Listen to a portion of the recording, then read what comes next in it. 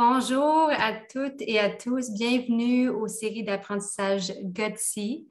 Le webinaire d'aujourd'hui serait présenté en français avec une traduction en direct vers l'anglais. Pour changer la préférence de langue, veuillez cliquer l'icône Interprétation pour sélectionner soit le français ou l'anglais. Welcome everyone to the GOTSI Learning Series. The webinar today will be presented to you in French, with a live translation from French to English. To change your language setting, please click on the interpretation icon to select either English or French. Tomorrow, we will be sending a copy of the presentations in English, along with the link of the recording to our non-French speaking participants. Si vous rencontrez des problèmes techniques pendant le webinaire, essayez d'actualiser la page ou votre navigateur web ou bien envoyez-nous un message en privé dans la boîte de discussion, questions et réponses.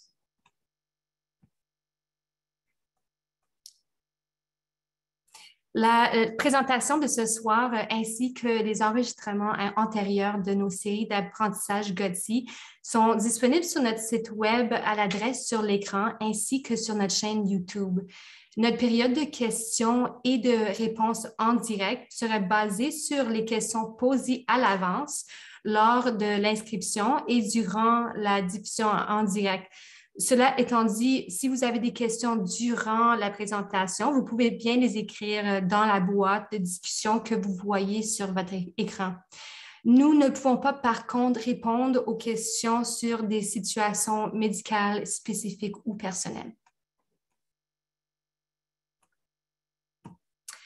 Moi, je m'appelle Ariane Laboissonnière.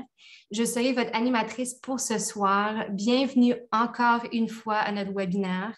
Moi, je travaille pour Krone Écollite Canada en tant que coordonnatrice au développement pour les régions du Québec. Mon rôle consiste à organiser des événements de collecte de fonds, à sensibiliser les gens au MII et à collaborer avec nos bénévoles sur diverses initiatives. L'équipe du Québec et l'équipe nationale ont collaboré pour vous présenter ce soir la série d'apprentissage GOTSI, mettant en vedette un conférencier exceptionnel et un chercheur financé par Krone Écollite Canada. Avant de présenter notre conférencier de ce soir, j'aimerais commencer par vous faire part de notre promesse. Krone Écollite Canada croit profondément en sa mission de guérir la maladie de Crohn et la colite et d'améliorer la qualité de vie de toutes les personnes touchées par ces maladies chroniques. Nous travaillons fort pour fournir des informations et des ressources à jour afin de soutenir nos communautés tout au long de leur parcours de vie avec une MII. J'aimerais aussi prendre le temps de vous annoncer les prochains événements éducatifs et de nos événements de levée de fonds au Québec. Donc, notre prochain webinaire COVID-19 aura lieu en novembre, qui sera présenté par les membres du groupe de travail COVID-19 de Krone Écollite Canada. Nous vous invitons à nous rejoindre pour obtenir les dernières mises à jour et les conseils les plus récents pour les personnes touchées par une MII. L'événement se déroulera en anglais avec une traduction en direct vers le français. Vous pouvez vous inscrire en scannant le code QR à l'écran. Donc, c'est le premier code QR que vous voyez dans la boîte rouge. Ainsi, restez à l'affût pour des mises à jour sur notre site Web. Il y aura aussi une série d'apprentissages pour les jeunes âgés de 14 à 19 ans atteints d'une MII. L'événement est notre deuxième symposium annuel de Jacqueline Fisher, qui aura lieu tous les dimanches du 14 novembre au 5 décembre 2021 à midi de l'heure normale de l'Est. Cette série d'événements destinée aux jeunes est organisée en l'honneur de Jacqueline Fisher, une jeune femme malheureusement décédée à la suite de complications liées à une MII. Si vous êtes intéressé d'y participer, vous pouvez scanner le code QR dans la boîte rose. Donc, c'est le deuxième code QR sur l'écran pour vous inscrire ou bien rester à l'écoute sur notre site Web.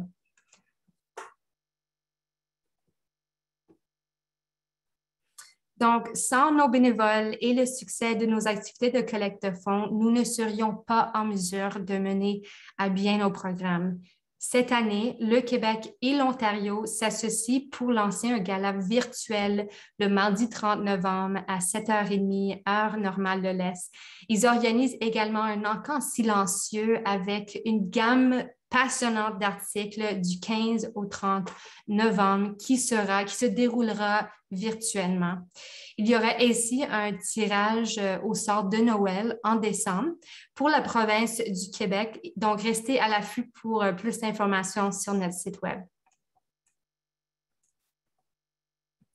Ce soir, nous avons un invité très spécial. C'est le docteur Prévost Jean Chou qui présentera les facteurs de risque environnementaux et les causes de la maladie de Crohn ou de la colite, ainsi que le rôle de la vitamine D dans la prévention et la gestion des poussées des AMI.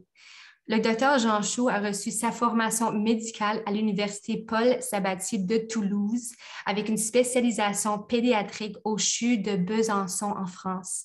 Il a ensuite fait son stage de gastro-entérologie pédiatrique au CHU Robert Debré à Paris, ainsi que dans l'unité gastro-entérologie de l'hôpital Jeanne de Flandre à Lille, France.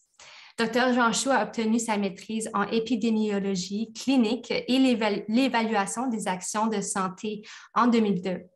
Son intérêt pour la compréhension de l'incidence des AMI et des facteurs de risque associés lui a conduit à poursuivre sa formation en travaillant sur un doctorat en épidémiologie de 2007 à 2010 à l'unité INSERM Villejuif, aussi en France.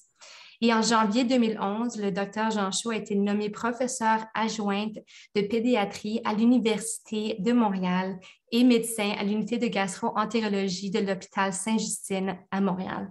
En mai 2018, il a été nommé professeur associé à UDM. En tant que clinicien-chercheur, il mène des activités d'enseignement, de clinique et de recherche au CHU Sainte-Justine. Les intérêts de recherche du docteur Jean Chou comprennent les facteurs de risque environnementaux des AMI, en particulier les facteurs liés au mode de vie comme le régime alimentaire, l'activité physique, la thérapie des AMI en pédiatrie, la qualité des soins chez les enfants atteints de AMI et la transition des soins des enfants aux adultes vivant avec une AMI. De plus, le docteur Jean Chou a reçu une bourse d'études de recherche GIA de Crohn et Colique Canada en 2018 pour soutenir son étude de recherche examinant le rôle de la vitamine D dans la prévention de la rechute des enfants atteints de MI.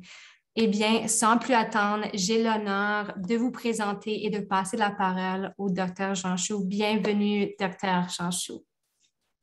Merci beaucoup, merci. C'est un plaisir d'être parmi vous. Merci à tous ceux qui ont pu se libérer pour assister à cette conférence.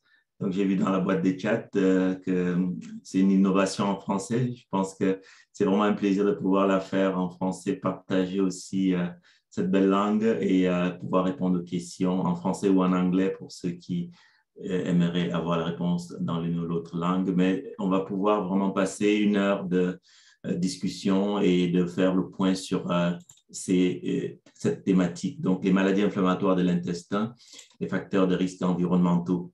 Donc, la première chose à signaler, c'est les conflits d'intérêts. Donc, je n'ai pas de conflit d'intérêts à signaler. Donc, ça, c'est important, toujours commencer par ça. On va parler aujourd'hui de inflammation, on va parler de facteurs de risque environnement, mais je voulais quand même repréciser, au début, on va arriver au niveau de l'épidémiologie canadienne des maladies inflammatoires.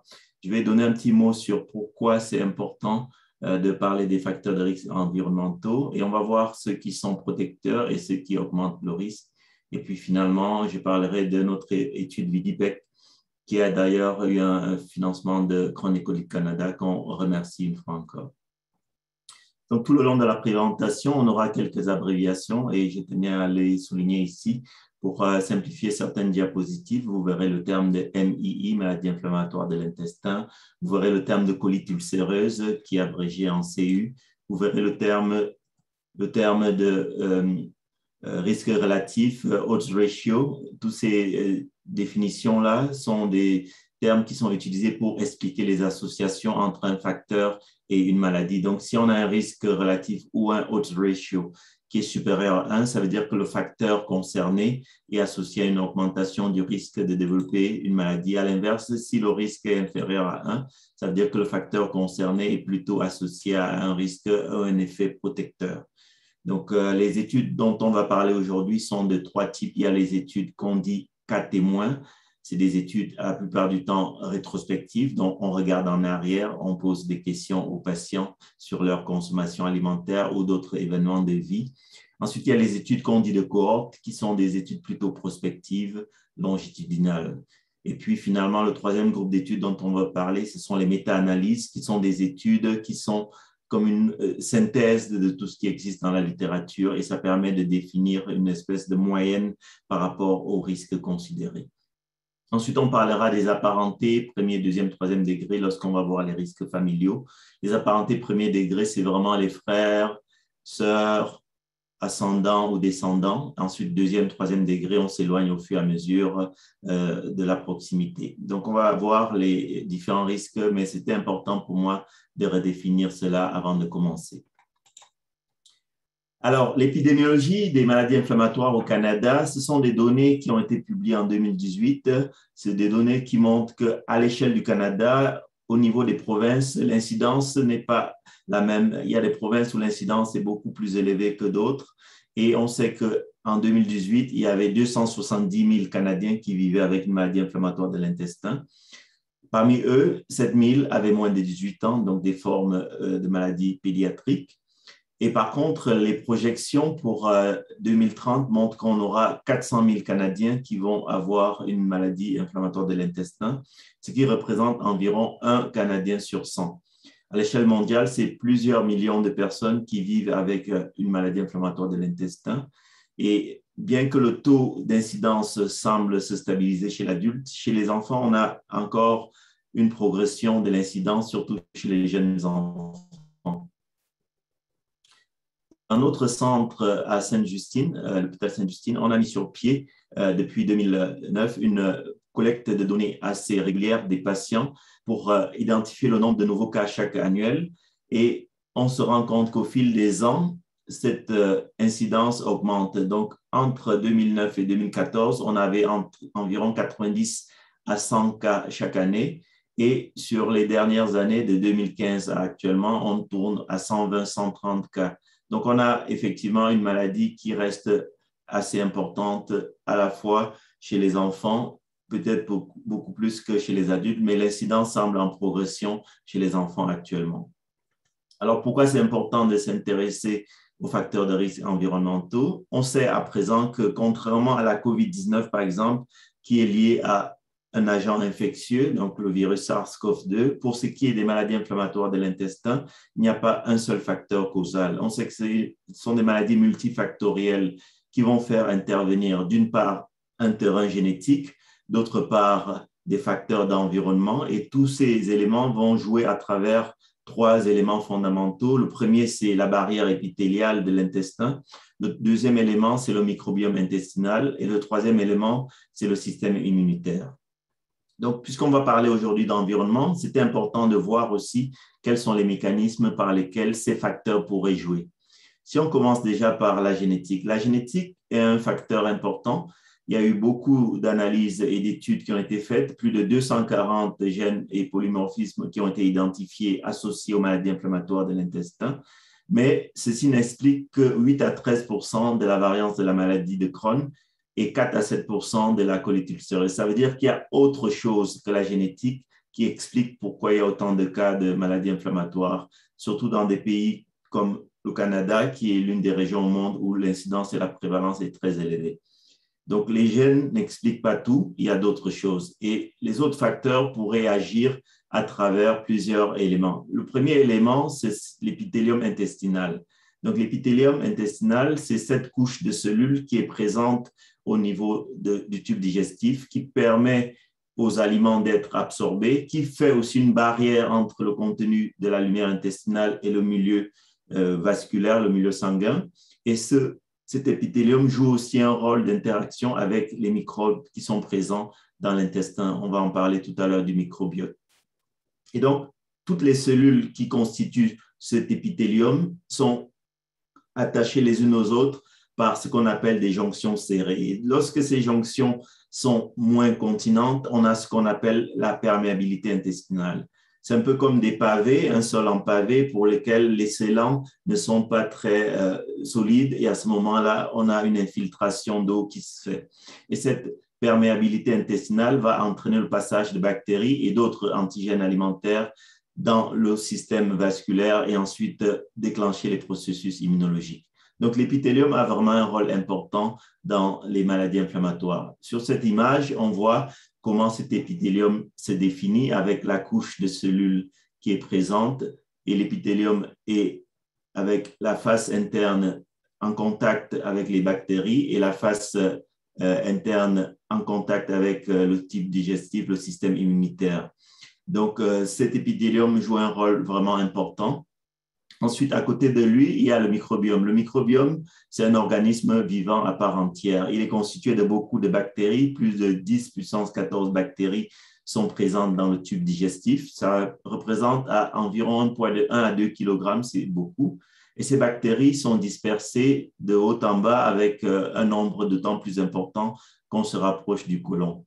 Donc, c'est important à ce moment-là de définir le rôle de ces microbiomes et de voir que le microbiome va aussi changer selon différents paramètres. Un des paramètres qui est important à signaler, c'est le mode d'accouchement. Donc, naître par césarienne ou naître par voie vaginale ne va pas donner le même type de microbiome chez le bébé. La prématurité, si on est avant le terme, ça va entraîner un microbiome différent.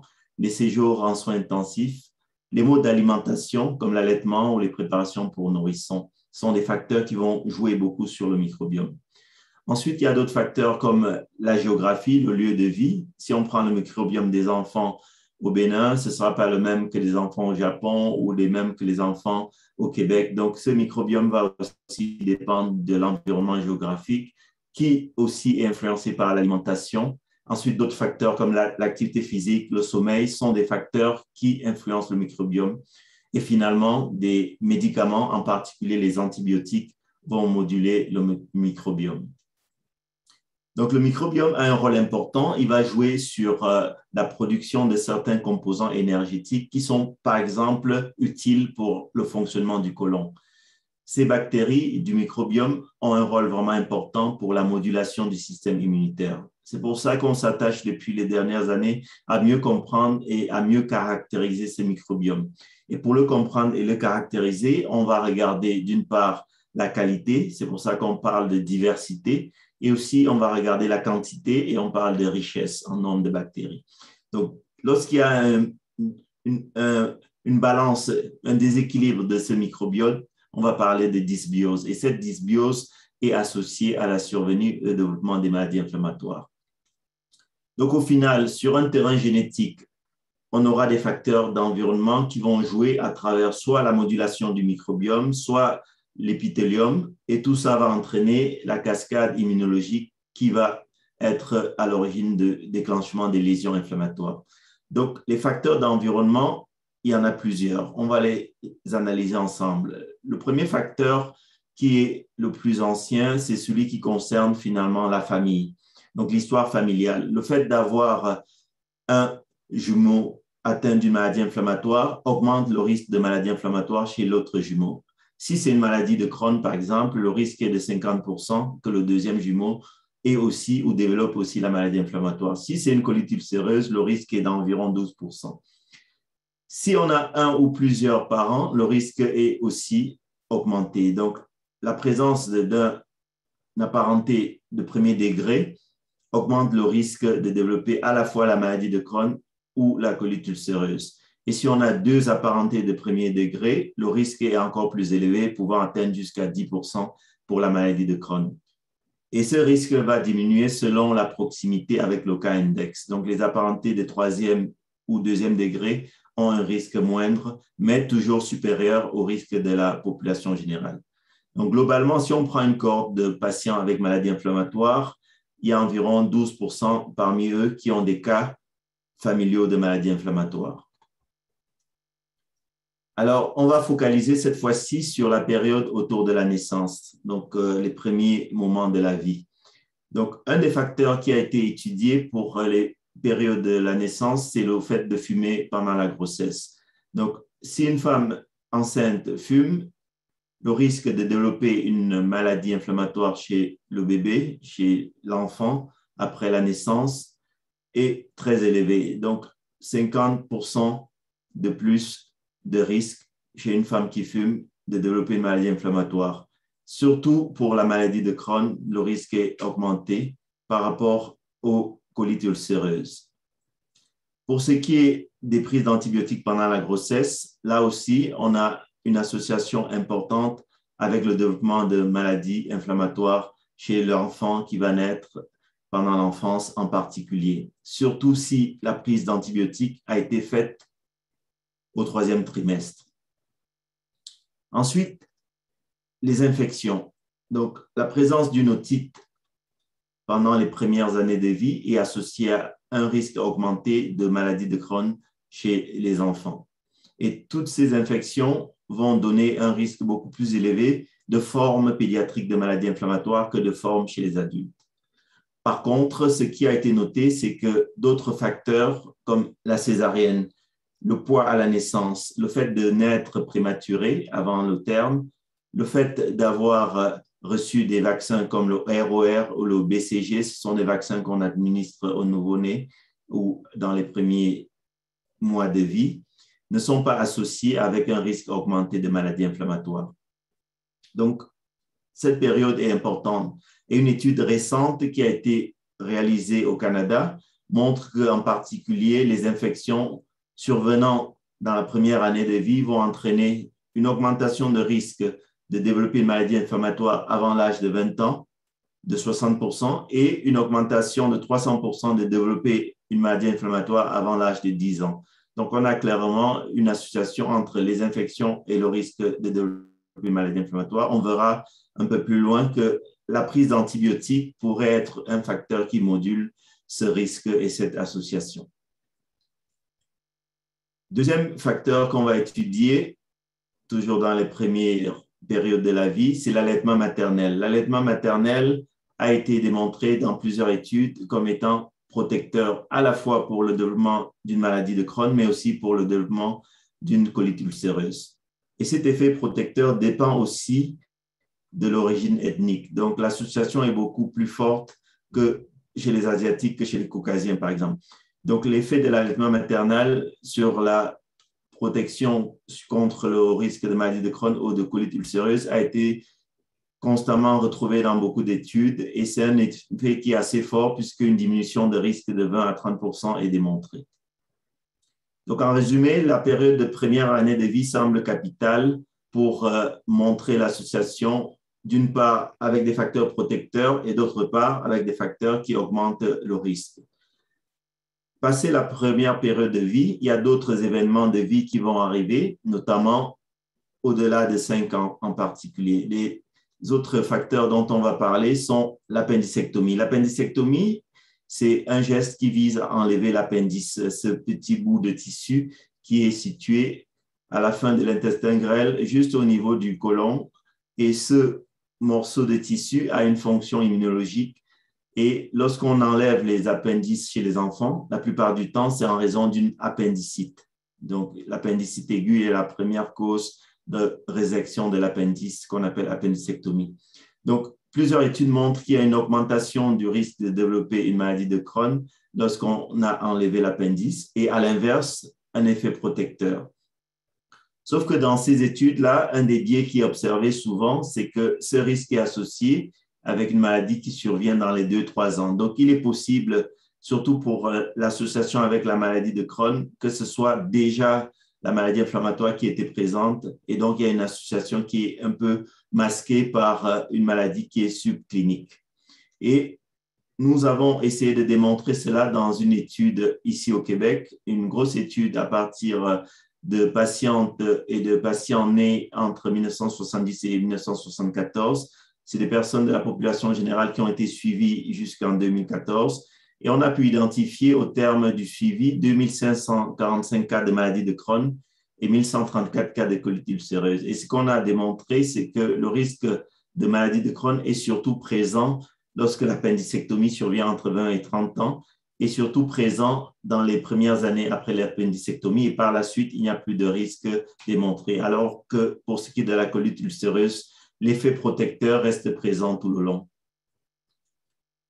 Donc, l'appendicectomie pourrait être associée au développement de maladies inflammatoires, soit par le biais de la dysbiose, donc des balancements des facteurs bactériens, notamment le microbiome dont on a parlé, soit par le biais de la perméabilité intestinale qui va laisser passer certains antigènes bactériens et stimuler le système immunitaire. Autre facteur associé dans les premières années de vie, donc c'est l'amygdalectomie. Donc l'amygdalectomie, c'est le fait d'enlever les amygdales. Souvent, ça se fait chez les enfants qui font des angines à répétition. Et c'est un geste chirurgical qui semble assez fréquent, surtout dans les années antérieures. Actuellement, l'amygdalectomie se fait de moins en moins, mais dans les 10-20 ans au passé, c'était un geste qui se faisait beaucoup chez les enfants dès qu'il y avait une infection, une angine à répétition. Donc, la maladie de Crohn est associée, l'amygdalectomie est associée à un risque important de maladie de Crohn, et pour la colite ulcéreuse, il n'y a pas d'association. Donc, c'est quelque chose qui a été aussi démontré dans beaucoup d'études et qui sont regroupées dans des méta-analyses, comme vous le voyez, 17 études pour la maladie de Crohn et 22 études pour la colite ulcéreuse. Donc, le fait d'enlever les amygdales pourrait entraîner l'apparition d'une maladie de Crohn plus tardivement.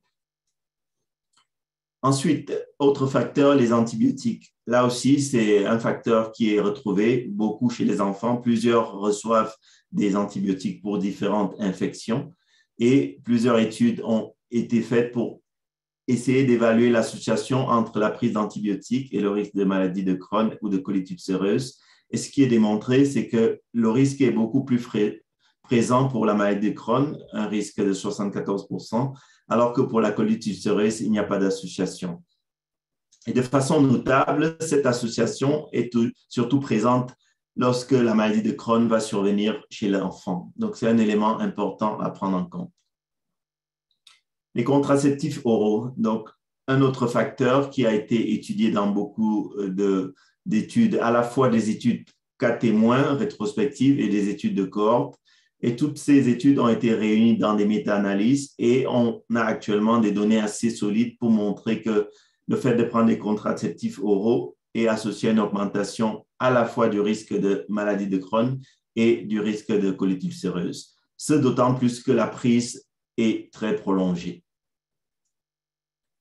Et finalement, un des facteurs qui est très, très robuste, associé avec une augmentation de risque de maladie de Crohn et une diminution du risque de colite ulcéreuse, c'est le fait de fumer. Donc, le tabagisme actif est associé avec un risque important de maladie de Crohn. Et par contre, de façon surprenante, un peu comme on l'a vu pour l'appendicectomie, le risque de colite ulcéreuse est plutôt diminué de moitié. Donc, c'est important comme élément. Et ce n'est pas effectivement un facteur pour lequel on va encourager les gens à fumer parce que les effets néfastes du tabac sur d'autres problèmes de santé sont assez importants. Mais le rôle du tabac dans la maladie de Crohn, c'est un rôle qui est démontré dans beaucoup d'études et aussi influencé par la génétique. Donc, il y a certaines populations pour lesquelles l'association, l'effet néfaste du tabac est beaucoup plus fort. Et ce qui est démontré aussi, c'est que même chez les patients déjà diagnostiqués de maladie de Crohn, le fait de fumer augmente encore plus le risque de développer des poussées. Alors, autre facteur important, l'activité physique. Donc, l'activité physique est un facteur important de développer une maladie inflammatoire, surtout pour la maladie de Crohn. Ceux qui sont très actifs ont un risque diminué de près de 40% de développer une maladie de Crohn par rapport à ceux qui sont considérés comme inactifs ou sédentaires. Ce risque est surtout lié à la maladie de Crohn et pas avec la colite ulcéreuse. Et comme on le voit, l'activité physique va interagir avec l'alimentation et aussi avec le microbiome intestinal. Alors, l'activité physique sur le rôle avec le microbiome intestinal, ça a été démontré à la fois chez les modèles animaux, mais aussi chez les humains, et aussi le lien avec certaines protéines, notamment les cytokines, qui sont des protéines d'inflammation, qui sont produites par l'activité physique, qui vont aller jouer comme un bloqueur de protéines inflammatoires. Donc, le fait de faire de l'exercice, de l'activité physique, va diminuer les stimuli inflammatoires qui sont à la base de la cascade qui déclenche les maladies inflammatoires de l'intestin. Alors, la question est, est-ce que les patients avec maladies inflammatoires font assez d'activité physique? La réponse, c'est non. Dans un sondage qui a été mené au Royaume-Uni, seulement un tiers déclarait faire de l'exercice quotidiennement. Donc, ce n'était quand même pas assez important, juste un tiers. Et dans une autre étude plus près de nous, ici au Canada, par des collègues de Ontario, Dr. Mac et ses collègues, donc ils ont pris un échantillon de Canadiens vivant avec une maladie inflammatoire, fait un questionnaire sur leur niveau d'activité physique, et on voit que seulement 58% des sujets étaient inactifs, 53% pour la colite ulcéreuse et 50% des témoins sains. Donc, ça veut dire que les patients avec maladie de Crohn étaient beaucoup plus inactifs que les patients considérés comme sains. Et donc, on voit que le risque d'inactivité est beaucoup plus fort lorsqu'on a une maladie de Crohn, surtout lorsqu'on compare à des sujets de même âge et de même espace géographique. Nous, la question qui se pose alors, c'est de dire pour quelles raisons les patients ne font pas assez d'activité physique. Donc, une des raisons qui arrive le plus souvent, c'est la fatigue chronique. D'autres raisons sont mentionnées comme les douleurs. Ça peut être des douleurs articulaires, des douleurs au ventre, des douleurs aux muscles. Et ici, finalement, la question de motivation qui est présente à la fois chez les adultes, mais aussi chez les enfants. On s'est posé la même question, notamment chez les enfants qui sont suivis dans notre centre au CHU Sainte-Justine. Quel est leur niveau d'activité physique? Ce sont des enfants qui ont une maladie inflammatoire. On a créé cette étude longitudinale prospective où on leur a posé la question tous les 3 mois de savoir qu'est-ce que vous faites comme activité physique, quelle est votre qualité de vie, quelle est l'activité de la maladie. Et cette étude a donné des résultats intéressants. Donc, au total, 261 enfants ont été inclus dans l'étude. Ça, c'est un exemple de questionnaire qu'ils remplissaient. Ce sont des questionnaires qui sont utilisés aussi dans les grandes enquêtes canadiennes sur l'activité physique en population générale. Et comme on le voit sur ce questionnaire, c'est des questions qui permettent de quantifier à la fois la fréquence, mais aussi le niveau d'activité considéré comme niveau d'intensité modérée ou sévère qui permet de définir le niveau d'effort. Et donc, au final, on se rend compte que lorsqu'on pose la question « Est-ce que tu as fait de l'activité dans les 7 derniers jours ?» On a 83% qui disent oui. « Est-ce que l'activité t'a fait transpirer ?» On a 78% qui disent oui.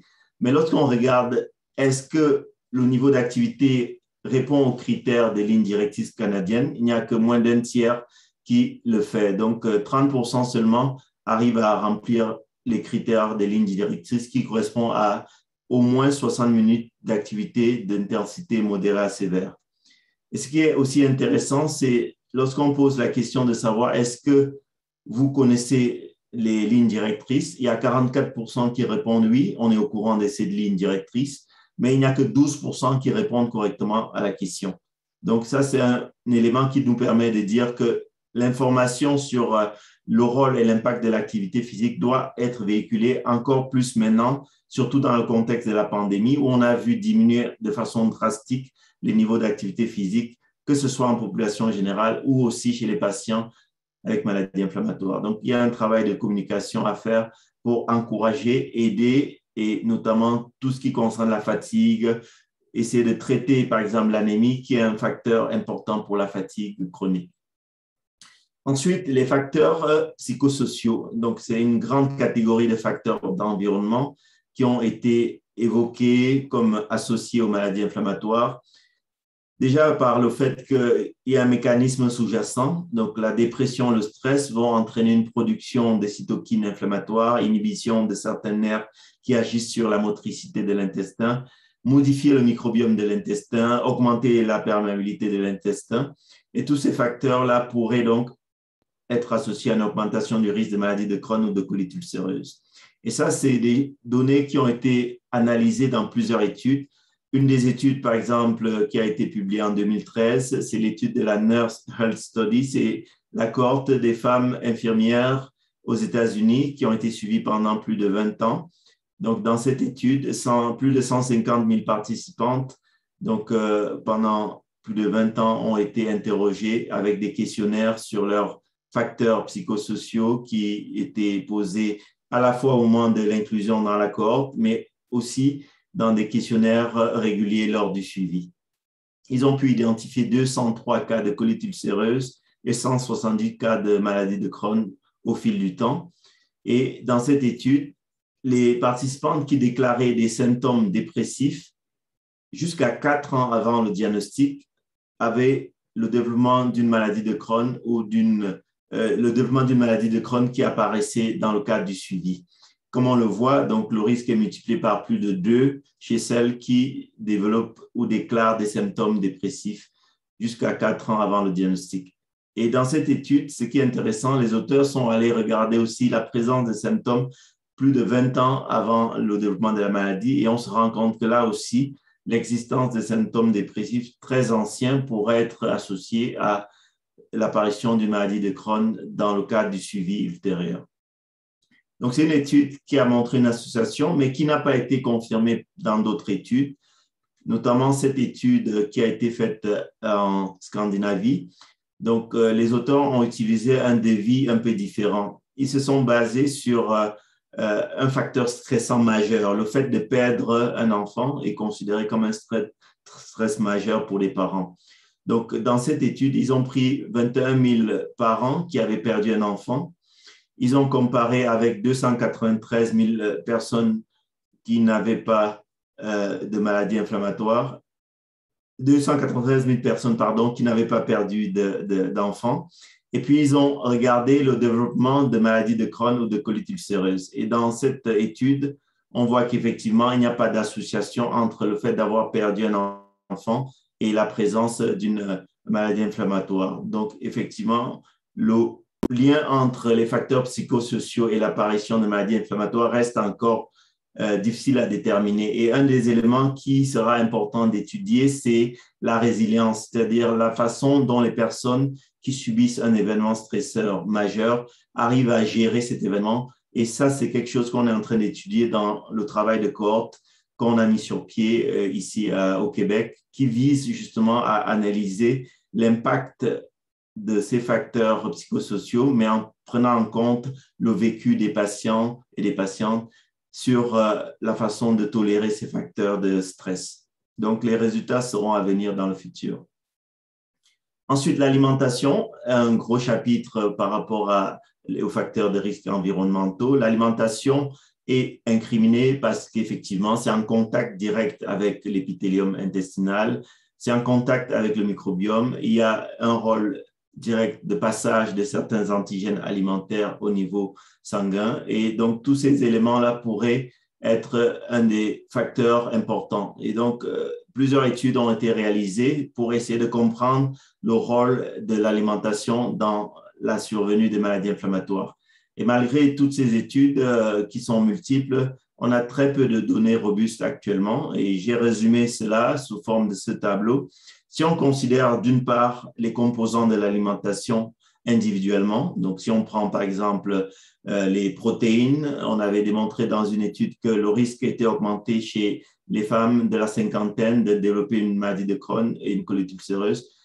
Mais dans d'autres études, cette association n'a pas été retrouvée. Les matières grasses ont été aussi démontrées dans une étude, mais pas dans d'autres. À l'inverse, les fibres, de façon assez robuste, sont associées à un effet protecteur pour la survenue de maladies de Crohn, mais pas de lien avec la colite ulcéreuse. La prise de vitamine D ou la carence en vitamine D est associée à un effet important de développer une maladie de Crohn ou une colite ulcéreuse. Et ça, on va en parler en détail dans les diapositives qui suivent. Donc, globalement, chaque facteur alimentaire pris indépendamment donne des résultats qui sont positifs dans certaines études et négatifs dans d'autres. D'où l'importance aussi de regarder les choses sous l'angle de profil alimentaire, parce que c'est important lorsqu'on mange de considérer qu'on ne mange pas un aliment isolément, mais on a un type d'alimentation, de profil alimentaire. Et c'est ce qui a été fait dans ce travail où on a regardé, c'est une cohorte européenne qui a été mise sur pied il y a déjà plus de 20 ans. Et dans cette cohorte qui est faite dans 7 pays, plus de 360 000 participants ont répondu à des questionnaires alimentaires à l'inclusion dans l'étude. Et au fil du suivi, on a vu apparaître des cas de maladie de Crohn ou de cas de colite ulcéreuse. Et dans cette étude, ce qui a été démontré comme un facteur augmentant le risque de développer une colite ulcéreuse, c'est le fait d'avoir une consommation élevée en produits sucrés, boissons gazeuses, surtout chez les personnes qui avaient un apport très faible en légumes. Donc, cette association était assez robuste, mais n'a pas été retrouvée dans d'autres études, notamment cette étude qui a été publiée cette année, donc une autre étude de cohorte, cette fois-ci un peu plus étendue, 21 pays, 116 000 adultes, avec un âge un peu plus jeune que dans la cohorte précédente. Et ces adultes qui ont été suivis ont développé pour certains une maladie inflammatoire, 467 cas de maladie inflammatoire. Parmi eux, 90 avaient une maladie de Crohn et 377 une colite ulcéreuse. Et dans cette étude, ce qui a été mis en avant, c'est que le fait d'avoir une alimentation avec des produits ultra transformés était associé à un risque de maladie inflammatoire, surtout ici les boissons gazeuses, les aliments sucrés raffinés, et puis les collations salées, les viandes transformées. Donc, tous ces éléments qui sont considérés comme une alimentation pas saine, alimentation transformée, sont associés à un risque important de maladie inflammatoire. Par contre, dans cette étude, il n'y avait pas de lien entre l'apport en viande, qu'elle soit blanche, rouge, l'apport en produits laitiers ou en légumes et légumineuses et le risque de maladie inflammatoire. Là aussi, une autre étude toute récente qui est encore en cours de publication. Donc, c'est une étude qui a été faite aux États-Unis, qui a été faite dans une cohorte, dans 3 cohortes. La première cohorte, la Nurse Health Study, c'est les femmes les infirmières qui ont été incluses dans cette cohorte. Il y a eu 2 vagues, la vague 1 et la vague 2. Dans l'autre cohorte, ce sont les hommes qui ont aussi été suivis pendant plusieurs années. Et sur un total de plus de 245 000 participants, comme on le voit, il y a l'apparition de 369 cas de maladie de Crohn et 488 cas de colite ulcéreuse au fil du temps. Et dans cette étude, ce qui a été démontré, c'est que la consommation d'aliments très transformés est associée à un risque important de développer une maladie de Crohn, mais pas de développer une colite ulcéreuse. Et dans cette étude, le risque était vraiment important de développer une maladie de Crohn lorsque les auteurs considéraient notamment tout ce qui était pain, tout ce qui était aliments transformés, notamment les sauces qui sont ajoutées au repas, le fromage, tout ça a été associé au risque, mais pas d'association, contrairement à l'étude précédente, avec les boissons sucrées ou les sodas. Donc, on voit que la question alimentaire reste un élément important et dans ces études, le gros défi, c'est de pouvoir caractériser, notamment comme ça a été fait dans ce travail, les profils alimentaires à partir de données de questionnaires qui, pour certaines, ont été faites longtemps en avant, pendant plusieurs années. Donc, la force de ces études prospectives, c'est que la maladie se développe bien plus tardivement. Donc, on a moins ce qu'on appelle le biais, donc le risque de se tromper en essayant de se rappeler rétrospectivement. Donc, globalement, on voit qu'il y a un impact important des aliments transformés sur le développement des maladies inflammatoires. Ensuite, un facteur pour lequel il y a beaucoup de travaux qui ont été faits, sur lequel on est en train de travailler aussi, c'est la vitamine D. Donc, la vitamine D est une vitamine essentielle pour l'organisme. C'est une vitamine qui est produite par 2 sources. La première source, c'est la source du soleil. Donc, l'exposition solaire permet au corps de produire la vitamine D. Et la deuxième source, c'est par l'alimentation. Donc, le corps a besoin de la vitamine D pour plusieurs fonctions, et notamment au niveau immunologique. On sait à présent que certaines carences en vitamine D, notamment sur des modèles animaux, vont être associées au développement de colites expérimentales chez les souris. Donc, c'est sur ces éléments-là que les travaux autour de la vitamine D ont été posés et aussi sur le fait que le gradient nord-sud au niveau de l'hémisphère montre un taux de maladie inflammatoire plus élevé dans les pays le plus au nord de l'hémisphère. Et ça, c'est quelque chose qu'on a regardé dans une étude qu'on a faite en France, dans une étude faite à partir de bases de données administratives. On a pris des cas de maladies inflammatoires et on a regardé la répartition géographique de ces cas. Et comme on le voit sur cette diapositive, la plupart des cas sont situés au nord de la France. Et donc, le risque de développer une maladie de Crohn est quasiment le double pour ceux qui habitent au nord par rapport à ceux qui habitent au sud. Et ça, c'est quelque chose qui a été aussi reproduit dans une autre étude, la cohorte E3N. Ce sont une cohorte de femmes. On avait un peu moins de 100 000 femmes de la Mutuelle Générale d'Éducation nationale en France qui ont été suivies pendant plus de 20 ans. Et au cours du suivi, on a vu développer 123 cas de maladies inflammatoires. Et ce qu'on a vu dans cette étude, c'est que l'exposition au soleil était associée à un risque plus faible de développer une maladie de Crohn. À l'inverse, dans cette étude, l'apport alimentaire en vitamine D n'était pas associé au risque ni de maladie de Crohn ni de colite ulcéreuse. Par contre, il faut souligner que dans cette étude, l'apport alimentaire était assez faible par rapport à ce qu'on pourrait s'attendre comme besoin. Et ces travaux ont été également reproduits dans une étude faite aux États-Unis, la cohorte Nurse Health Studies, des infirmières qui ont été suivies pendant plus de 30 ans. Cette étude portant plus de 70 000 femmes âgées de 40 à 73 ans. Et dans cette étude, les auteurs ont regardé les taux de vitamine D à partir d'un score, d'un algorithme. Ils ont estimé les taux de vitamine D et à partir de là, ils ont pu démontrer que le risque de développer une maladie de Crohn était plus élevé chez ceux qui avaient des taux de vitamine D bas. Donc, on voit effectivement des travaux d'études de cohorte qui concordent pour dire qu'il y a un lien entre la carence en vitamine D et la survenue d'une maladie de Crohn. La question ensuite qui se pose, c'est est-ce que cette carence influence aussi l'évolution de la maladie? Et c'est ce qui a été aussi répondu dans ce travail chez les patients qui avaient déjà une maladie de Crohn établie. Donc, plus de 3000 patients d'un âge moyen de 49 ans. Et dans cette étude, ils ont regardé l'impact d'une carence en vitamine D, notamment un taux de 25-hydroxydé, qui est le marqueur sanguin, inférieur à 20, sur le risque de chirurgie ou le risque d'hospitalisation. Et donc, ce qui était intéressant dans ce travail, c'est que le fait d'avoir un taux bas de vitamine D est associé à une augmentation à la fois de chirurgie et d'hospitalisation. Et les patients qui normalisaient leur taux avaient moins de risques de développer ces complications que ceux dont le taux était resté bas. Donc, il y a un bénéfice à corriger les taux, même lorsqu'ils sont abaissés.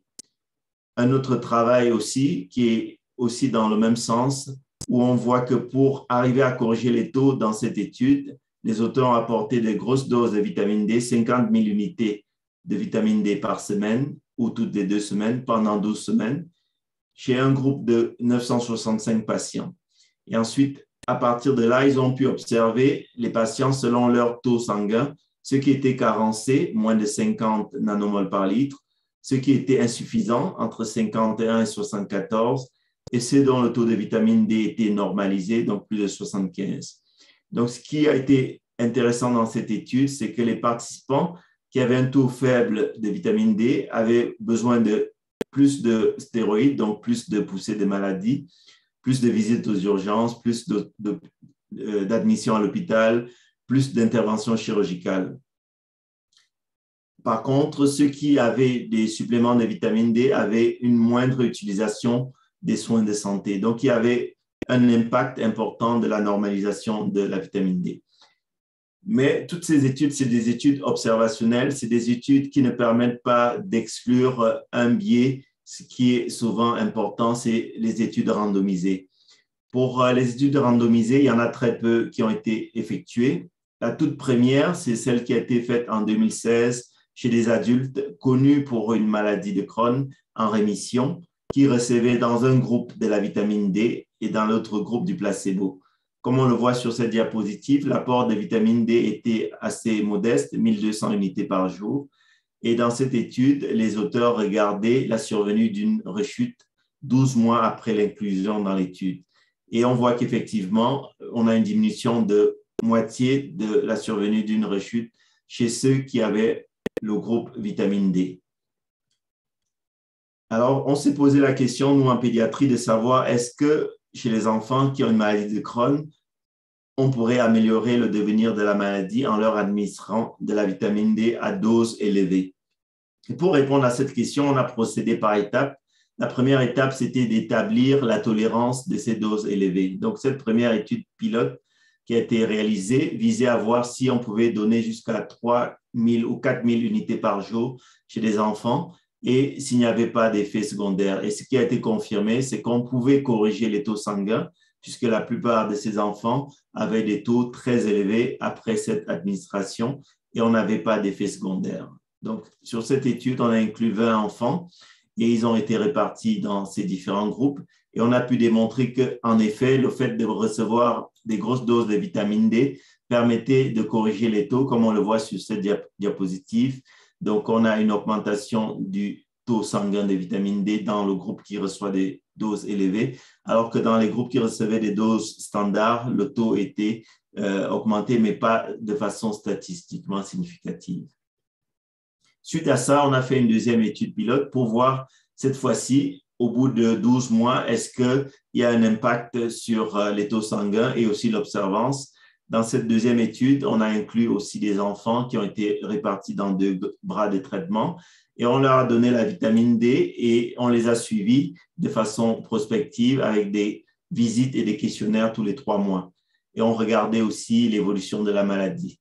Donc, sur un total de 24 patients inclus, ils avaient un âge moyen de 15 ans, on a pu effectivement voir que l'observance à ce traitement était correcte. Par contre, ce qui est arrivé, c'est qu'à partir de 9 mois, on avait une diminution de l'observance au traitement. Donc, la prise de vitamine D peut à ce moment-là être un défi au long cours. Donc, c'est important aussi lorsqu'on parle de supplémentation, comme ce qu'on fait dans cette étude, c'est de penser à la question de l'observance au long cours. Donc, l'étude qu'on a actuellement suivie après ces 2 études pilotes, c'est une étude cette fois-ci qui vise à évaluer l'impact de la supplémentation sur l'évolution de la maladie en termes de rechute ou de poussée. Et pour cette étude, on a pris les mêmes doses que les études pilotes précédentes. Donc, dans le groupe forte dose, 4 000 ou 3 000 unités pendant 4 semaines, puis 2 000 unités pendant 48 semaines. À l'inverse, on a comparé un groupe standard qui avait 600 unités. Donc, le critère de jugement dans cette étude, c'était vraiment la survenue d'une rechute.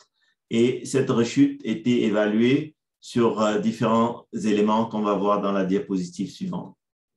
Donc, les enfants avaient entre 4 et 17 ans.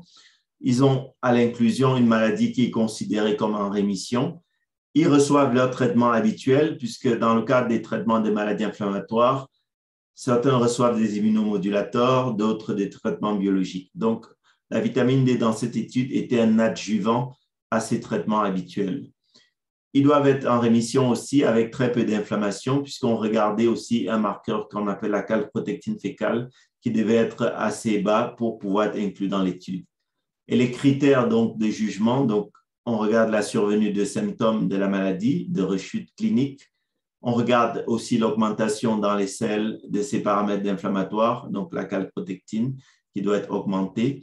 Et aussi, il fallait dans ces critères qu'il y ait un changement de traitement qui permette de démontrer que c'est la maladie qui est active et qui permet à ce moment-là de parler d'une rechute. On regarde aussi dans cette étude la qualité de vie, le niveau d'activité physique et aussi l'hospitalisation, le nombre d'hospitalisations. Donc, à ce jour, on a eu 39 participants inclus. C'est une étude multicentrique qui inclut 7 centres au Canada. Donc, on vise un objectif de 316 patients.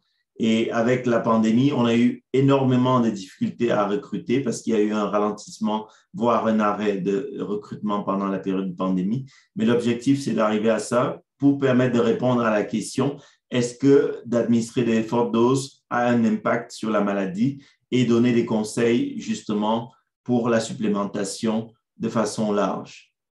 Et puis finalement, ce qu'on a aussi comme autre travail très important, c'est cette étude qui vise à analyser tous les facteurs qu'on a vus précédemment, mais en tenant compte du momentum. Quel est le moment où ces facteurs interviennent?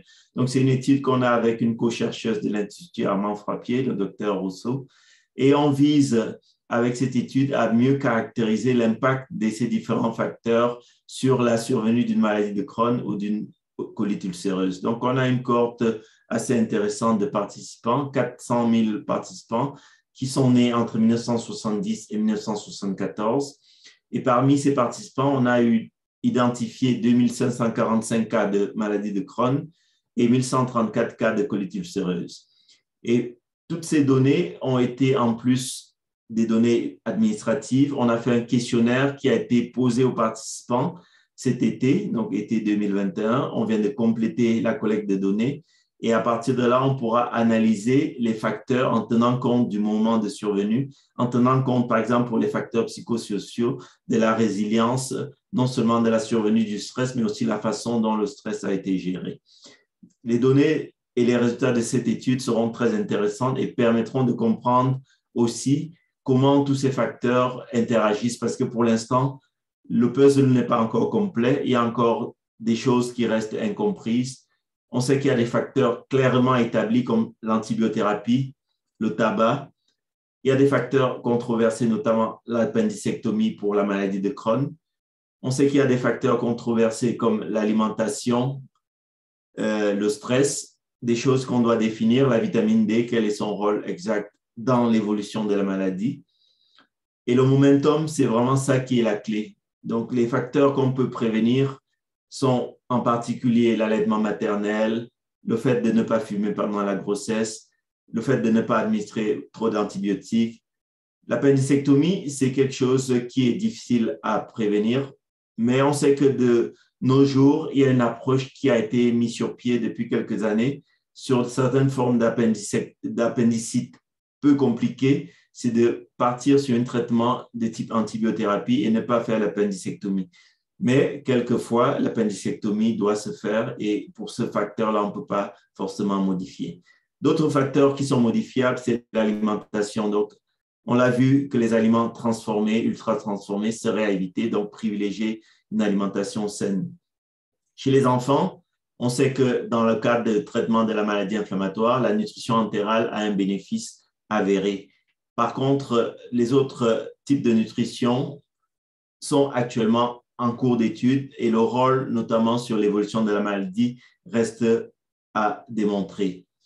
Donc, je vais terminer ici et je serai heureux de prendre vos questions, mais je tenais à remercier tous les collaborateurs qui nous ont accompagnés dans tous ces travaux qu'on a faits jusqu'à présent et aussi les organismes financeurs, les IRSC, le FRQS, Fonds de recherche en santé du Québec, et bien sûr Crohn et Colite Canada qui nous soutiennent dans ce projet. Et je serai heureux de répondre à vos questions. Merci beaucoup.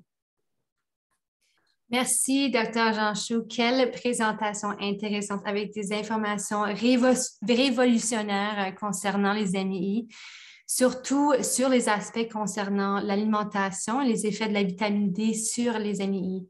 Merci. En fait, nous avons eu plusieurs questions de notre public pour vous, Dr. Jean Chou.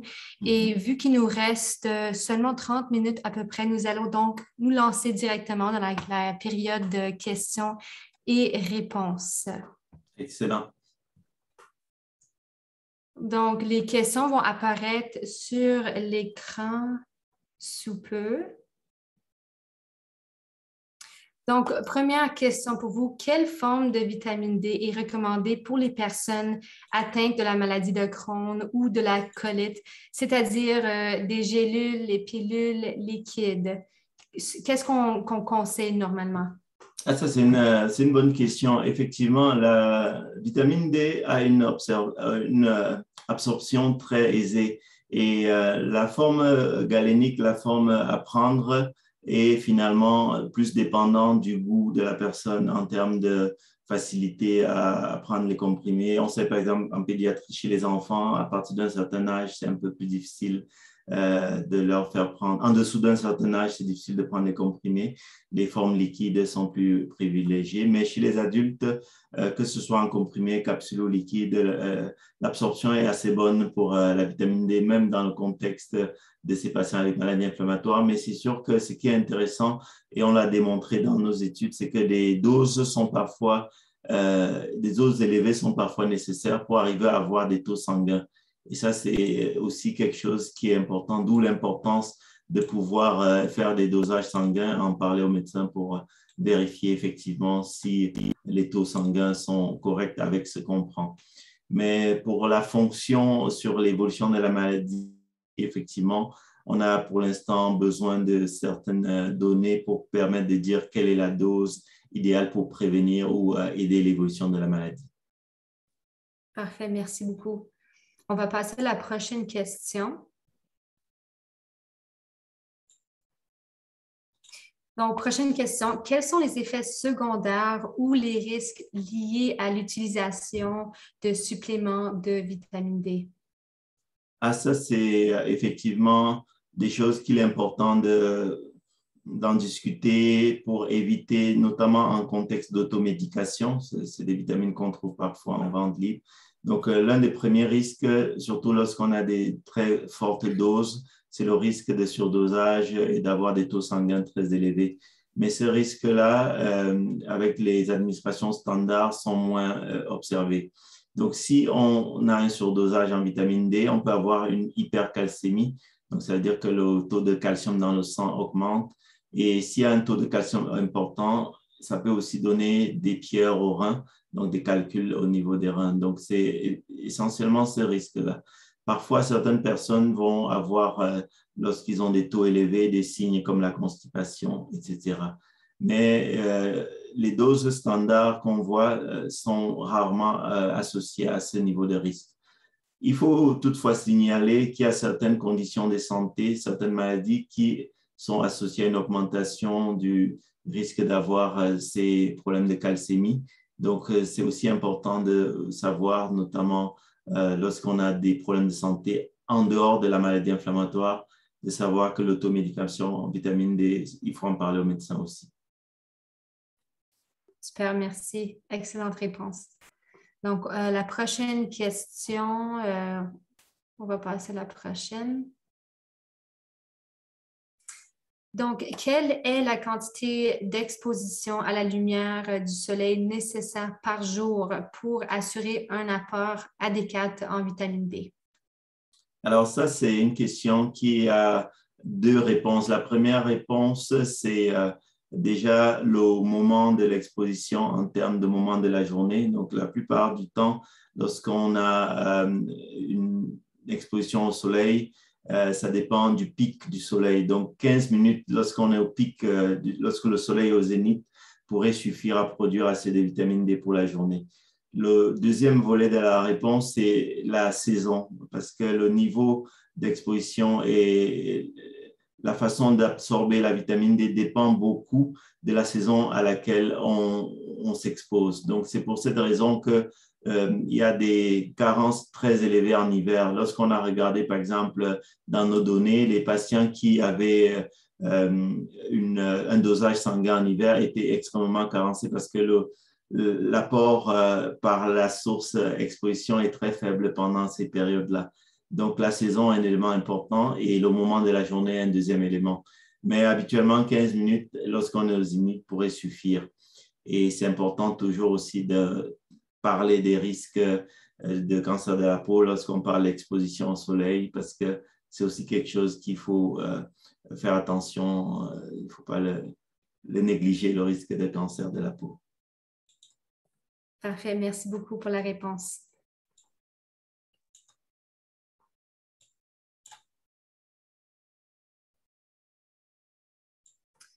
Donc, pour la prochaine réponse, existe-t-il d'autres types de vitamines qui aident à la prise en charge de la maladie de Crohn ou de la colite? Alors ça, c'est une question qui est souvent posée par les patients. Est-ce qu'on doit prendre des mélanges multivitaminiques? La réponse souvent, c'est pas nécessairement sauf s'il y a des problèmes de résection de l'intestin ou certains problèmes dus à une alimentation très, très restrictive, etc. Mais la plupart du temps, sous un régime normal, même chez un patient qui a une maladie de Crohn activement poussée, on n'a pas besoin de prendre d'autres vitamines. Souvent, on va doser, par exemple, la vitamine B12 chez certains patients qui ont une atteinte importante de l'intestin grêle, mais les autres vitamines, il n'y a pas forcément une utilité. Parfait. Puis il y a une autre question ici. Les prix, en fait, il y avait plusieurs questions sur les probiotiques, mais les prix ou probiotiques peuvent-ils être utiles pour réduire le risque de MI et de poussée? Donc, des personnes qui ne sont pas diagnostiquées, est-ce que ça peut prévenir à ces maladies-là aussi? Oui, connaissant en fait le rôle du microbiome, il y a eu beaucoup de travaux qui ont été faits pour essayer de voir le bénéfice des prébiotiques et des probiotiques dans la survenue des maladies inflammatoires ou de poussée. Mais à l'heure actuelle, on n'a pas de données solides pour conseiller d'utiliser tel ou tel probiotique. Ce qui est important de savoir, c'est que les probiotiques, c'est une grande famille avec d'une part des espèces ou bactériennes qui peuvent être uniques ou multiples. Fois dans un probiotique, on va trouver 2, 3, 4 souches bactériennes, jusqu'à 10 chez certaines. Donc, très peu de données ont été robustes pour les probiotiques. Et à l'inverse, les prébiotiques, c'est des composants alimentaires qui apportent par leur mécanisme un microbiote un peu plus riche, un peu plus varié. Donc, pour les prébiotiques, il n'y a vraiment pas de données robustes pour considérer que ça devrait être administré de façon systématique. Il y a quelques travaux qui ont été faits pour ce qui est des pouchites. Les pouchites, c'est les inflammations de réservoirs qui sont faites chez certains patients chez qui on a enlevé le côlon et qui ont cette fois-ci l'intestin qui a été utilisé pour faire un nouveau rectum. Dans ces tableaux de pouchites-là, on peut avoir effectivement un bénéfice de certaines souches de probiotiques, mais globalement, les résultats sont décevants et actuellement, la voie de recherche qui est assez active, c'est la voie de la transplantation fécale pour lequel, cette fois-ci, plutôt qu'une ou deux ou 10 souches de bactéries comme dans les probiotiques, c'est plutôt tout un microbiome qu'on transplante. Donc, les travaux autour de la transplantation sont en cours. Il y a plusieurs essais cliniques qui sont actuellement en cours, mais ça mérite toute une conférence à elle seule. Parfait, merci beaucoup. Donc, pour la prochaine question, une autre question qui a beaucoup apparu, c'est à propos du cannabis. Donc, est-ce que le cannabis CBD ou THC peut-il être utilisé pour réduire le risque de la maladie de Crohn, la colite ou bien de poussée? Question importante. Effectivement, en date d'aujourd'hui, la réponse est non parce qu'on a fait des recommandations il y a à peine 2 ans, les lignes directrices canadiennes qui ont été publiées sur la prise en charge des maladies de Crohn. Et ce qui a été démontré, c'est que les données de la littérature n'ont pas une force en termes de bénéfice du cannabis sur l'évolution de la maladie. Donc, pour l'instant, ce n'est pas quelque chose qu'on conseille à nos patients pour la prévention de rechute, par exemple. Parfait. Merci. Prochaine question. La présence de produits chimiques dans notre eau ou dans le sol agricole peut-elle être un facteur de risque de développer une MI?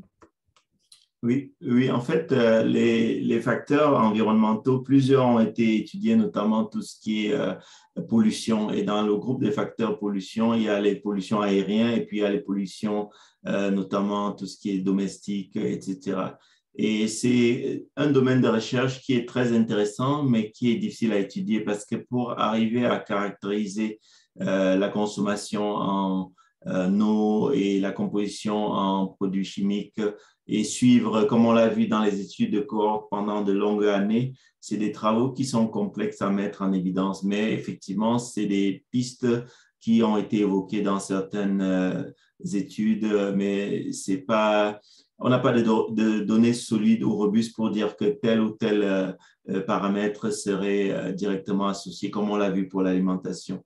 C'est vraiment quelque chose d'intéressant, mais pour lequel on ne peut pas apporter une réponse ferme à l'heure actuelle. OK. Et ben, avec ça, comment est-ce que les herbicides et les pesticides peuvent-ils endommager le microbiome? Alors, c'est ça. Donc, je pense qu'un des mécanismes serait comparable à ce qu'on voit, par exemple, sur l'alimentation, puisque tout ce qui est ingéré va aussi moduler le microbiome. Et lorsqu'on regarde la composition du microbiote selon les profils alimentaires, on voit qu'il y a un changement qui se fait de façon significative très tôt, très rapidement. Et la prise d'antibiotiques, c'est aussi un autre modèle à laquelle on pourrait comparer par rapport au changement de ces microbiotes. Donc, c'est sûr que le facteur quantité est un facteur qui est important. Et le facteur temps aussi, la durée d'exposition est un deuxième facteur important. Et ce qui est démontré, notamment si on prend l'exemple des émulsifiants alimentaires qui sont des additifs, tout ça, c'est des choses qui sont aussi actuellement démontrées sur des modèles animaux. Il y a des travaux qui ont été faits sur des modèles animaux que les émulsifiants seraient associés aussi au risque important de développer une colite. Donc, tout à l'heure, j'ai parlé des aliments transformés, etc., mais il y a aussi toute cette catégorie d'émulsifiants qui sont aussi présents dans l'alimentation, pour lesquels, par contre, c'est difficile à quantifier.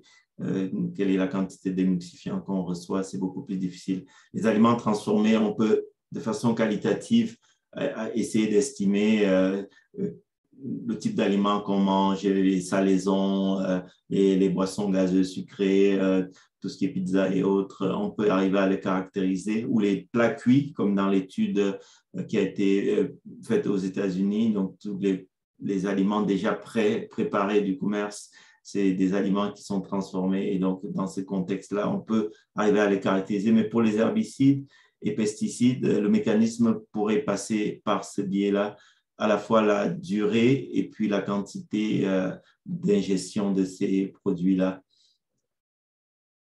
Parfait, merci beaucoup pour la bonne réponse. En fait, c'était quelque chose que je me demandais pendant longtemps, donc merci pour avoir clarifié ces points-là. Donc, on va avancer à la prochaine question. Une question posée par une personne de notre communauté. Je suis fatiguée, j'ai très peu d'énergie la plupart du temps à cause de ma MII. Compte tenu de l'importance de l'activité physique pour réduire le risque de pousser des MII, avez-vous des recommandations concernant les exercices à faible impact et ou à faible intensité? Ah oui, c'est vraiment une question importante. Et comme on l'a vu tout à l'heure, un des paramètres qui limite l'activité physique, c'est la fatigue. Et la fatigue peut être due à plusieurs paramètres. Le tout premier qu'on voit souvent chez les patients qui sont fatigués, c'est une maladie active. Donc ça, c'est un paramètre qui est important. Donc bien s'assurer que la maladie est en rémission. Ensuite, il y a d'autres paramètres comme l'anémie qui jouent aussi en compte, notamment lorsqu'on a une anémie, on a moins d'oxygène pour les tissus. Et puis après, finalement, tout ce qui est profil d'activité, donc en termes de facteurs externes indépendamment de la maladie inflammatoire. Donc, pour donner un conseil d'intensité, ce serait plutôt commencer avec des activités aussi simples que la marche, mais le faire régulièrement pour permettre une rééducation à l'effort. C'est ça qui est aussi la clé. Parce que les activités où on a une intensité très forte et très espacée, on a moins cette action de rééducation à l'effort. Mais si on a tous ces éléments et qu'on voit qu'il y a une tolérance, on peut progresser vers des activités d'intensité plus modérée, etc. Mais les bienfaits sont vraiment importants sur la santé globale. Parfait, merci. Prochaine question sur la liste. Avez-vous des conseils généraux pour adopter un mode de vie plus sain qui inclut l'activité physique et des changements dans l'alimentation? Oui, premier conseil, c'est notamment lâcher les écrans. Et ça, on le voit beaucoup chez les adolescents. Dormir assez, parce que le sommeil aussi, c'est un élément important. Et on sait que dans les patients avec maladies inflammatoires, souvent le sommeil est perturbé. Donc, d'avoir cette rupture entre l'écran et le moment du coucher permet d'avoir une meilleure qualité de sommeil. Ensuite, tout ce qui est alimentation aussi, donc une alimentation saine va être aussi encouragée parce qu'on sait que tous les écarts alimentaires vont entraîner aussi une maladie peut-être subclinique. Donc, le fait d'avoir une alimentation saine, c'est vraiment un élément important. Et puis, finalement, l'autre conseil qu'on donne à nos adolescents, parce que là, je vois, il s'est marqué aux adolescents aussi en particulier, c'est le conseil de pouvoir faire une activité qui correspond à leur plaisir, puisque l'activité doit être plus un plaisir qu'un défi. Donc, ça devrait correspondre à ce qu'on aime faire comme type d'activité. Donc, arriver à identifier quel est le type d'activité qu'on aime le plus et aussi, finalement, l'effet de groupe, ça joue beaucoup. On sait que souvent, la stimulation entre personnes est quelque chose qui est encouragé. Venez marcher, par exemple, à Goodsea, c'est un premier début, par exemple, faire les Goodsea Walk, c'est important. Donc, ça serait aussi des conseils qui s'appliquent pour des adolescents qui passent aux études postsecondaires aussi.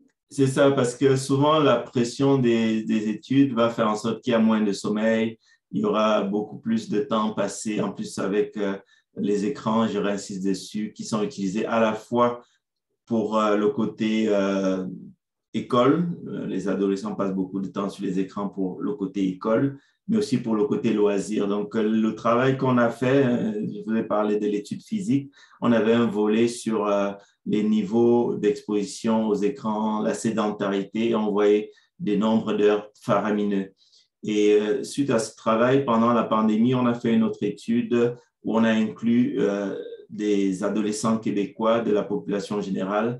On avait presque 1000 adolescents qu'on a suivis tous les 3 mois et on a analysé leur niveau d'anxiété, de dépression, l'activité physique, la sédentarité, etc. Et on a pu voir qu'effectivement, le fait d'avoir beaucoup de temps devant les écrans est un élément important qu'il faudrait pouvoir contrôler, diminuer pour garder justement un sommeil réparateur, puisque tout part du sommeil et ensuite dans la journée, l'activité. Oui, bien sûr, absolument. Merci pour les réponses là-dessus. On va passer à la prochaine question. Donc, étant donné la relation entre l'alimentation et le risque de poussée de MII, comment une personne vivant dans une communauté rurale ou mal desservie peut-elle avoir accès aux soins multidisciplinaires, y compris les diététiciens, qui sont normalement offerts dans les zones urbaines ou les grands centres de santé? Oui, c'est une question super intéressante et ce que la pandémie nous a appris, c'est que avec la possibilité de faire de la médecine différente, la médecine aussi par voie de télémédecine, il y a vraiment une belle opportunité pour permettre de diminuer le défi en lien avec les déserts médicaux. Et ces déserts médicaux, dans le contexte de professionnels de la santé comme les nutritionnistes, pourraient aussi avoir une réponse à travers la possibilité de faire de la téléconsultation nutritionnelle, mais ça demande à ce qu'il y ait du temps de nutritionniste dégagé pour qu'il ou elle puisse s'occuper de patients qui ne sont pas dans leur centre.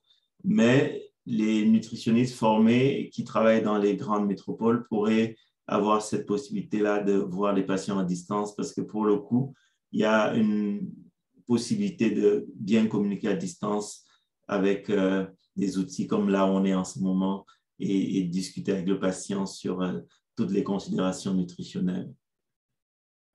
C'est vrai qu'avec la pandémie, ça a vraiment changé la façon qu'on communique entre personnes de un à l'autre. Donc, c'est vrai que ça ouvre des nouvelles lignes de partager de l'information dans un mode virtuel. Exact. C'est ça. Merci. Donc, on va avancer à la prochaine question sur la liste. Avez-vous des conseils à donner si votre gastro-entérologue ne connaît pas le rôle de l'alimentation dans les MI et ne croit pas à la modification de l'alimentation pour prévenir les poussées de MI? Alors ça, c'est une super question. Et pour répondre à ça, je vais me permettre de partager mon écran. Ça va arrêter le tien, si tu me permets. Alors, donc, cette question est vraiment importante. Et je pense que les gastro-entérologues, il y a ceux qui font de la maladie inflammatoire, il y a ceux qui font de la gastro-entérologie générale. Mais globalement, les gastro-entérologues, comme tout médecin, on se met à jour sur l'évolution de l'actualité médicale. Et ce travail a été publié dans une revue scientifique et qui reprend les différents types d'alimentation. Il y en a plusieurs. Et je pense que pour ceux qui n'étaient pas à la conférence du mois de juin, on peut renvoyer à cette conférence qui était super par une nutritionniste qui a donné vraiment en détail tous les éléments. Je ne sais pas, Ariane, comment elle s'appelait, mais on pourrait réorienter les gens vers cette conférence. Mais c'est vraiment important ce travail que je mets à l'écran pour dire que les sociétés savantes regardent de près l'alimentation et établissent des recommandations. Et comme on peut le voir ici, l'ESPEN, c'est la Société européenne de nutrition entérale parentérale, ESPGHAN, la Société de gastropédiatrie, BSG, British Society of Gastroenterology, EOIBD, International Organization of IBD. Toutes ces sociétés sont quand même assez prudentes pour la plupart de ces régimes alimentaires qui, pour certains, n'ont pas démontré une efficacité. Donc, c'est important de considérer que celle qui est admise par tout le monde, par exemple, pour la maladie de Crohn, c'est la nutrition entérale exclusive, en particulier chez les enfants, parce que ça a un bénéfice et ça a démontré une efficacité assez comparable à la corticothérapie. Par contre, les autres types de restrictions, notamment les régimes comme FODMAP ou des Crohn's Disease Exclusion Diet ou Specific Carbohydrate Diet ou le régime Low FODMAP, tous ces régimes n'ont pas encore connu une ligne directrice de recommandation qui pourrait permettre aussi aux gastro-entérologues de s'appuyer dessus. Donc, je pense que pour répondre à la question, c'est aussi parce que, réponse courte, le niveau des preuves n'est pas suffisant pour, au-delà de dire aux gens, manger sainement, éviter les additifs, éviter l'excès en tout, hein, l'excès en protéines, l'excès en gras, mais surtout de manger régulièrement et de manger avec un apport suffisant en fibres, fruits, légumes. Quand, par exemple, la maladie est bien contrôlée, ce n'est pas nécessaire de faire des restrictions en fibres, par exemple. Ce sont des choses qu'on peut encourager les gens à introduire les fibres dans leur alimentation. Je ne sais pas si la réponse correspond, mais je pense que c'est une question importante. Mais pour l'instant, le niveau des preuves n'est pas suffisant. Il y a beaucoup d'études, notamment sur l'année 2019-2020. Il y a eu des travaux faits avec le CD, Crohn's Disease Exclusion Diet. Mais pour les autres types d'alimentation, on attend encore des données robustes. OK. Donc, c'est vraiment une question de temps avant que cette information soit plus développée dans le fond. C'est ça, de voir si on pourra arriver à trouver, au-delà de l'alimentation normale, standard, healthy diet, s'il y aura une de ces différents régimes qui sera beaucoup plus efficace parce qu'il y a aussi la question non seulement de le faire, mais avec un accompagnement nutritionniste, ce qui rejoint à la question précédente, l'accès au nutritionniste, et aussi de l'observance au long cours de ces régimes, ce qui est un défi majeur aussi. OK, c'est super intéressant. Donc, en fait, il y a eu plusieurs autres questions qui ont rentré. Une des premières questions que je viens juste de recevoir, c'est ces facteurs de risque s'appliquent-ils aux poussées de personnes déjà diagnostiquées? Par exemple, le fait d'éviter les boissons sucrées, est-ce que ça réduit la probabilité de pousser? Alors, très, très importante question. Parmi les facteurs de risque, il y en a quelques-uns qui ont été confirmés aussi pour les poussées, en particulier le tabac. On sait que le tabac chez les malades de Crohn va être associé à une maladie plus sévère et un risque de complications. Pour l'alimentation, c'est un peu difficile. Quelques études ont été faites, notamment de randomiser les patients, parce que la meilleure façon de démontrer l'impact d'un facteur, c'est de prendre deux groupes de patients et dans un cas, on fait le changement nutritionnel et dans l'autre, on demande de manger normal. Et une des études qui a été faite, c'est autour de l'apport en viande. Et dans ce travail, chez les patients avec colite ulcéreuse, il n'y avait pas de lien entre l'apport en viande et l'évolution de la maladie, puisque c'est un des facteurs qui avait été associé à un risque élevé de développer une maladie de Crohn et une colite ulcéreuse. Donc, dans cette étude, chez les patients avec colite ulcéreuse, il n'y avait pas de lien entre les quantités de viande consommées et l'évolution de la maladie. Donc, pour les boissons sucrées, je pense, sans me tromper, qu'il n'y a pas d'études randomisées où on a pris des patients, où on a regardé dans un groupe versus l'autre les apports pour l'évolution de la maladie. Donc, c'est beaucoup plus par comparaison avec l'impact sur le développement de la maladie qu'on demande de limiter l'apport, parce qu'on sait que l'excès de boissons sucrées va aussi impacter le microbiome intestinal. Oui, bien sûr. Oui, c'est super intéressant.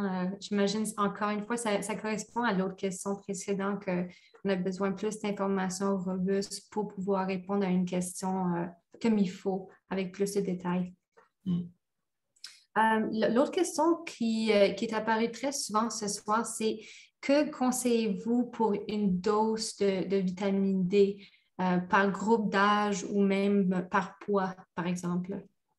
Actuellement, on n'a pas vraiment de dose conseillée pour un patient parce que ça varie beaucoup selon la condition de santé. Les besoins en termes d'apport journalier recommandé varient entre 600 et 800 unités. Ça, c'est comme les besoins normaux qui peuvent chez certains patients être couverts par l'alimentation, mais chez beaucoup de patients, pas du tout. Il y a des enquêtes canadiennes qui ont été montrées qui ont été faites qui démontrent que certains patients, même avec l'alimentation, ne couvrent pas leurs besoins. Mais au-delà de ces apports de 600 à 800 unités par jour, d'avoir des apports supplémentaires, c'est des choses qu'on ne peut pas généraliser, qui sont vraiment importantes à discuter avec le médecin selon le patient, selon la condition. C'est des données pour l'instant. Les études qu'on a vues, il y en a très peu qui ont été faites. Une étude adulte, celle qu'on fait chez nous, et on a vu qu'il y avait une étude, ils sont allés à des doses de 50 000 unités pendant 12 semaines. Donc, tous ces protocoles sont très variables, mais il n'y a pas un seuil recommandé qu'on devrait donner à la fois pour les adultes ou pour les enfants à titre de recommandation systématique. Mais c'est une discussion qui est acceptée facilement par les médecins de savoir si les patients peuvent en prendre et quelle dose individuellement. OK. On a le temps pour une autre question. C'est encore lié à la vitamine D. C'est pour savoir si c'est conseillé de prendre la vitamine D avec d'autres sortes de minéraux ou d'autres sortes d'aliments, de vitamines. Est-ce que vous conseillez de le mettre en paire avec autre chose? C'est une vitamine liposoluble, la vitamine D. C'est sûr qu'on pourrait penser que de prendre avec des matières grasses serait mieux absorbé, mais en tant que tel, la plupart du temps, ce qu'on sait, c'est que c'est mieux de prendre tout simplement parce que le gros défi de ces traitements au long cours, c'est pas tellement est-ce que je vais bien absorber ou pas, mais c'est est-ce que je vais le prendre au long cours. Donc, l'observance, c'est vraiment l'élément clé. Donc, si on ajoute une restriction du type d'aliment avec lequel prendre, on risque à diminuer encore plus l'observance. Donc, prendre tous les jours pendant des semaines, des mois, des années, c'est déjà un défi important. Parfait, merci. Donc, c'est tout le temps que nous avons pour allouer à la présentation ce soir. Je tiens à remercier à nouveau le Dr. Jean Chou. Merci beaucoup d'être avec nous ce soir. Et merci beaucoup d'avoir partagé votre expertise avec nous et notre communauté sur des initiatives extrêmement importantes sur des informations à propos des AMI. J'aimerais aussi remercier tout le monde de s'être joint à nous ce soir pour notre série d'apprentissage GODSI. Ainsi, un gros merci à BG Communication, Mike, Dave pour leur aide ce soir avec la traduction. Ils nous offrent la traduction gratuite en direct pour nos webinaires. Donc, merci beaucoup. Un gros merci à Sarah pour avoir réalisé cet événement aussi. Donc, un gros merci. Des points finaux que j'aimerais partager avec vous. Lorsque vous vous déconnectez du webinaire, un très court sondage apparaîtra. Cela devrait prendre tout simplement quelques secondes à remplir. Nous apprécierons énormément vos commentaires et votre feedback de la présentation de ce soir parce que ces sondages nous aident à améliorer nos webinaires.